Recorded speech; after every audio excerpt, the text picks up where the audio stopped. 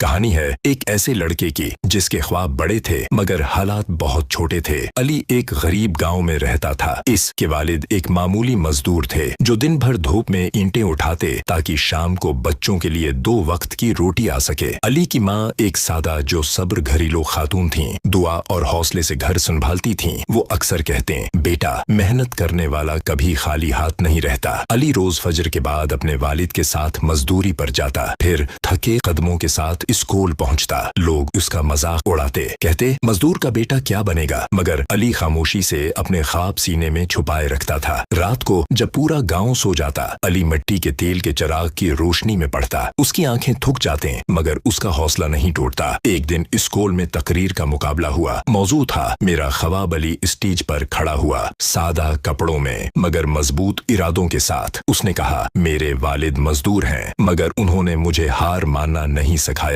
میں غریب ہوں مگر میرا خواب امیر ہے۔ پورا حال خاموش ہو گیا اور وہ دن علی کی زندگی بدل گیا۔ وقت گزرا، مشکلات آئیں، ناکامیاں بھی، مگر علی رکا نہیں، اور ایک دن مزدور کے بیٹے نے کامیابی کا وہ مقام حاصل کر لیا جس پر آج سب فخر کرتے ہیں۔ یہ کہانی ہمیں سکھاتی ہے، نیت سچی ہو تو قسمت بھی بدل جاتی ہے۔